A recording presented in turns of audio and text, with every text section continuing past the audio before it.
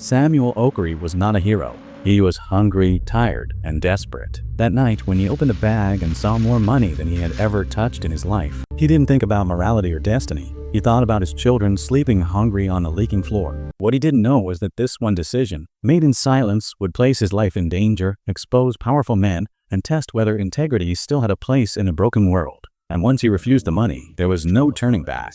Samuel Okery learned early in life that poverty does not announce itself with noise. It settles quietly, like dust, into every corner of your existence, until one day you realize even breathing feels like debt. At 46, he lived with his wife Ada and their 2 children in a narrow zinc-roofed room behind an abandoned mechanic yard, a place where rain leaked freely and hunger was no longer a fear but a routine. Every morning before sunrise, Samuel pushed a wheelbarrow through the streets collecting scrap metal, broken plastic, and anything the city had decided was worthless, because worthless things were all he could afford to touch. His hands were permanently cracked, his back bent like a man twice his age, and his pride had been swallowed slowly over years of apologizing to landlords, school teachers, and shopkeepers who no longer bothered to hide their contempt. Ada sold Acura by the roadside, often returning home with more insults than profit, while their children learned to pretend they were not hungry when night fell. On one particular evening, rain poured with the kind of cruelty that felt personal, soaking Samuel to the bone as he dragged his empty wheelbarrow past a flickering streetlight near the old council road,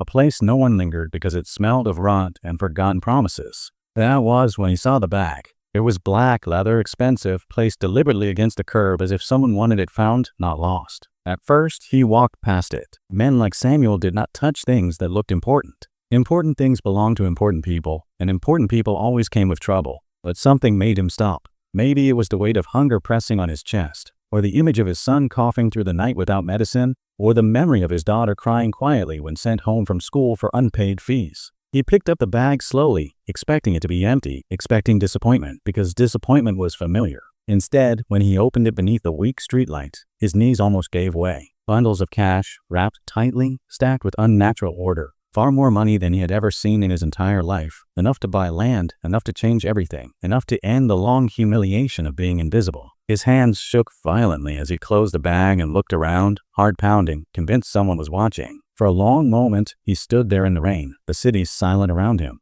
and felt the pull of temptation so strong it frightened him. Because hunger does not ask permission before it speaks. On the long walk home, every step felt heavier than the last, the bag pressing against his side like a living thing, whispering promises his conscience did not want to hear. When Ada saw the bag, her first reaction was fear, not joy. But fear gave way to disbelief when she saw the money, and disbelief slowly melted into hope, the dangerous kind that makes people careless. She did not shout. She did not cry. She simply sat down and stared at the bundles for a long time before whispering that God had finally remembered them, that maybe this was mercy disguised as accident. Samuel said nothing because deep inside something felt wrong. As he examined the bag more carefully, he noticed an envelope tucked beneath the cash, thick with papers, names written neatly, figures beside them, signatures that carried weight, and a single word stamped in red ink across the top that made his stomach twist. Clearance. This was not lost money. This was payment. Bribery. Silence bought in advance. That night, hunger did not sleep.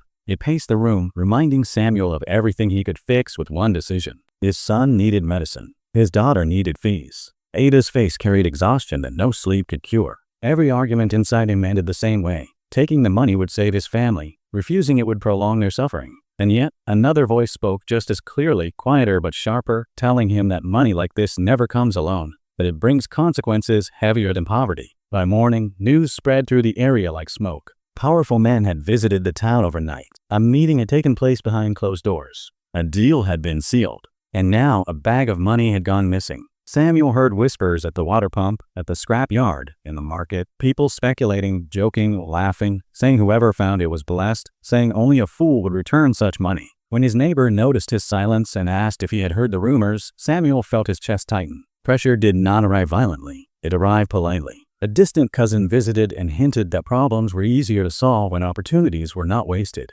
A church elder suggested that blessings did not repeat themselves. Even Ada, torn between fear and hope, asked softly whether suffering forever was more honorable than survival. The first threat came disguised as concern. A well-dressed man appeared near the mechanic yard, speaking gently, warning Samuel that some things were better forgotten, that accidents happened to men who carried knowledge not meant for them. That night, Ada cried openly, begging him to let it go, to think of their children, to choose life over principle. Samuel did not sleep. He sat in the darkness listening to rain drip through the roof, realizing that integrity is easy to praise when it costs nothing, but brutally lonely when it demands sacrifice. On the third day, with fear now living permanently in their room, Samuel made his decision. He dressed quietly before dawn, lifted the bag one last time, and kissed his sleeping children, unsure if he would return. At the central police station, officers ignored him for hours, assuming he was another nuisance, another poor man with nothing useful to say, until he placed the bag on a counter and spoke words that sounded strange even to his own ears.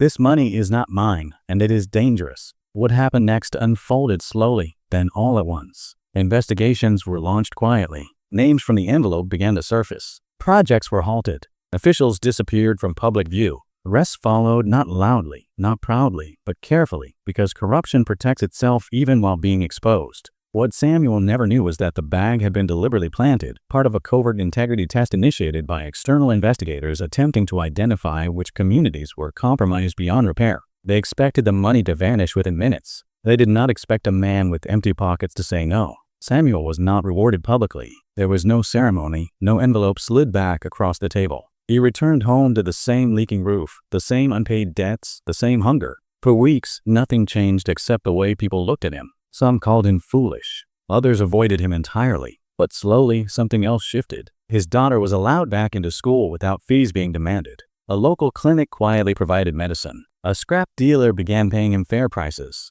No one explained why. One night, Ada asked him if he regretted it, if refusing the money had truly been worth watching their children suffer longer. Samuel looked at his hands, scarred and tired, and said that one day their children would ask who their father was, and when that day came, he wanted to answer without shame. In a world where corruption was normal and honesty was punished, he had chosen to remain poor with his soul intact. And though the city would never call him a hero, something far more dangerous had happened. His refusal had proven that even in suffering, integrity still had the power to expose darkness, and that scared the wrong people far more than stolen money ever could.